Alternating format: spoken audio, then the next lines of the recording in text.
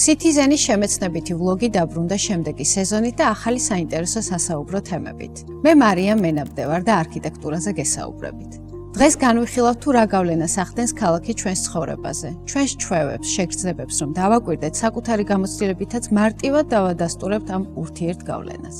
ოდესმე გიფიქრიათ, რომ ეს ქუჩები, შენობები, მწვანე სივრცეები, მათი არსებობა ან არარსებობა პირდაპირ ცვლიან ჩვენს განწყობას, ქცევას და ჯანმრთელობას.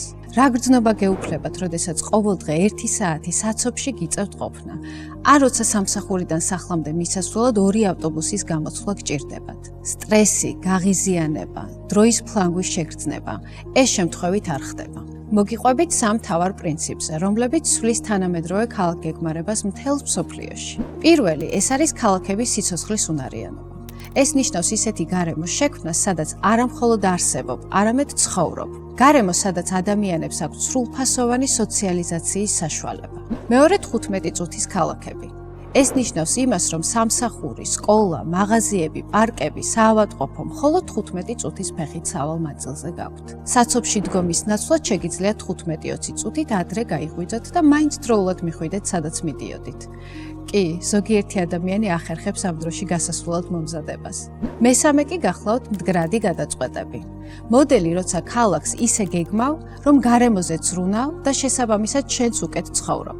წარმოიდგინეთ ქალაქი, სადაც მეტი მწვანე სივრცეა, სუფთა ჰაერი, ნაკლები ხმაური და დაბინძურება.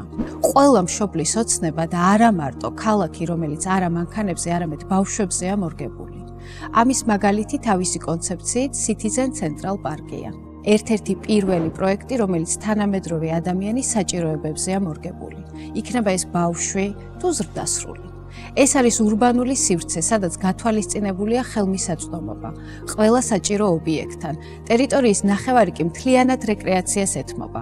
არანაირი საავტომობილო გზა, მხოლოდ ველობილიკები. მოკლედ, ბავშვებზე მორგებული ქალაქი არის როგორც ფიზიკური სივრცის გარდაქმნის ხედვა, ასევე ჩვენი კულტურული ღირებულებების და პრიორიტეტების სახეც.